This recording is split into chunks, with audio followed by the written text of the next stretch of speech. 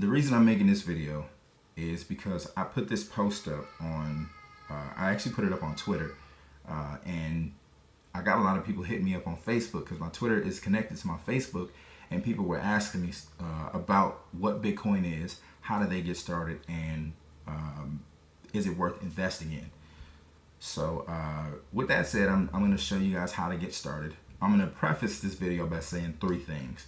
One is that I'm literally just making this video in my room. So you're going to hear kids whining and crying and running around and playing in the background.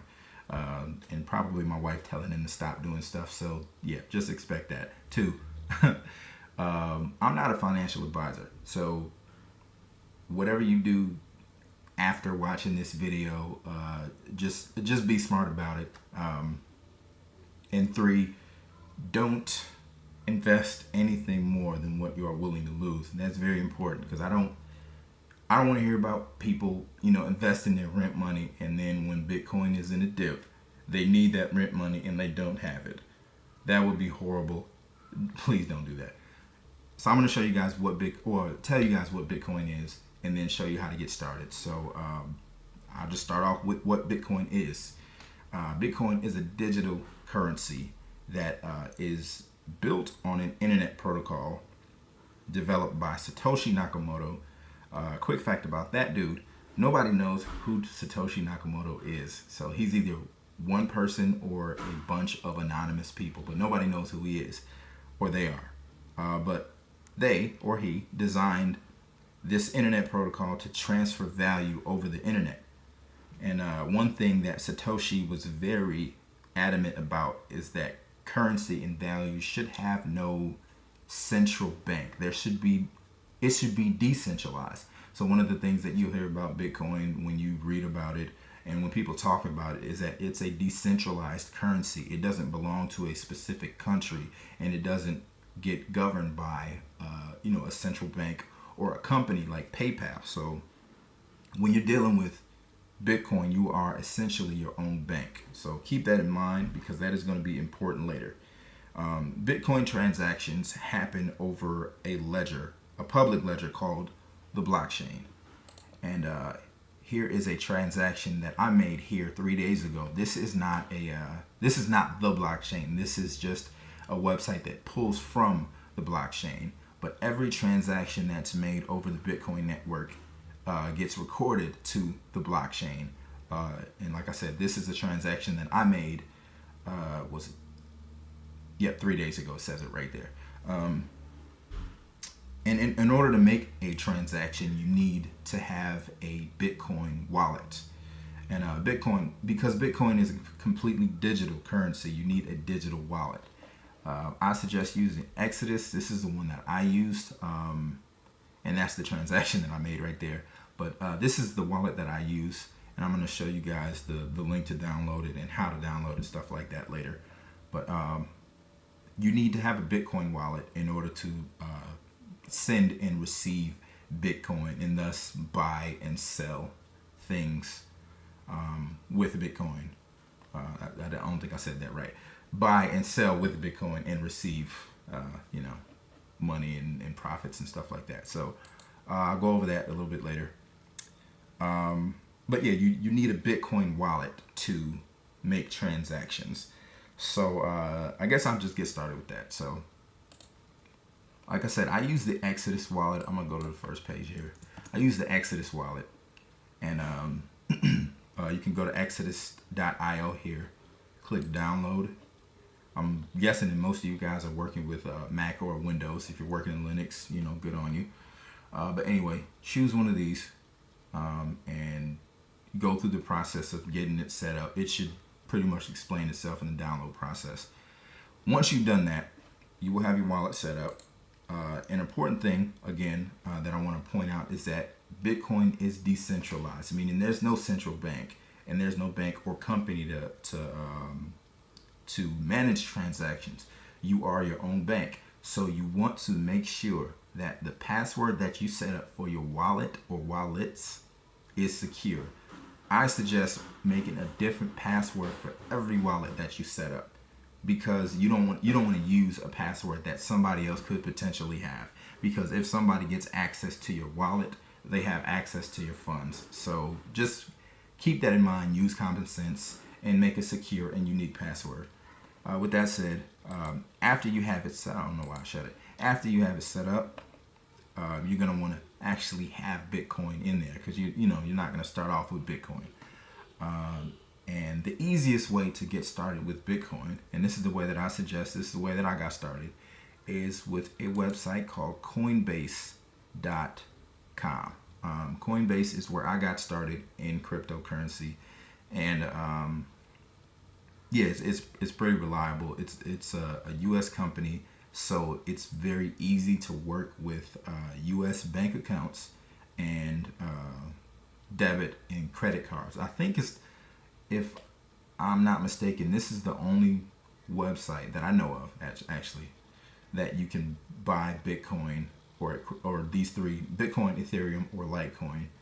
I'm going over Bitcoin though, where you can buy those with a credit card.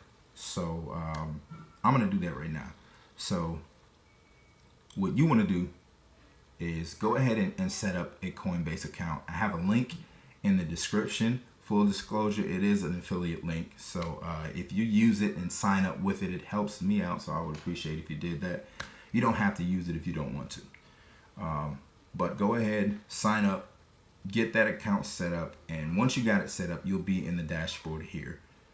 Once you get to the dashboard, you're going to want to go to buy and sell. This is really important because you have payment method options down here, right? You're not going to have anything right here to begin with, so you're going to want to go to add new account, and you can add your bank account or your credit or debit card. Just keep in mind, you see that there's a 2.5% fee when you use a credit debit card, but when you use a credit or a debit card, you have your Bitcoin instantly. It takes about 4 to 5 days to do it with a bank account, but you have a 0% fee. So, whichever one you want to do, go ahead and do that. I already have mine here, so I'm going to just go ahead and I'm going to just use my debit card here. Just for demonstration purposes, I'm going to get $25 worth here. I already have Bitcoin in different exchanges, so I don't need to put much in here. But anyway, go ahead and put whatever amount you're going to start off with. If you can, though, I would suggest starting off with $100, because one, you start off with $100. It gives you can start off with whatever amount you want to. I suggest 100 because it gives you the ability to kind of spread your Bitcoin across different places if you want to do that. If you're interested in some of the other things that I've been doing with Bitcoin, like some investment programs and some like residual and recurring income programs that I've been trying out, let me know and I'll do some videos about those. But anyway, $100 so you can spread that across those programs if you wish. So I'm gonna go ahead and buy here. You have a fee associated with the credit debit card, so just keep that in mind. Confirm and buy. So now I just purchased 0.0041 Bitcoin. So if I go and view my dashboard, so once you purchase that, you'll see it show up over in accounts. So when you set up your Coinbase, you're also gonna get a Coinbase wallet.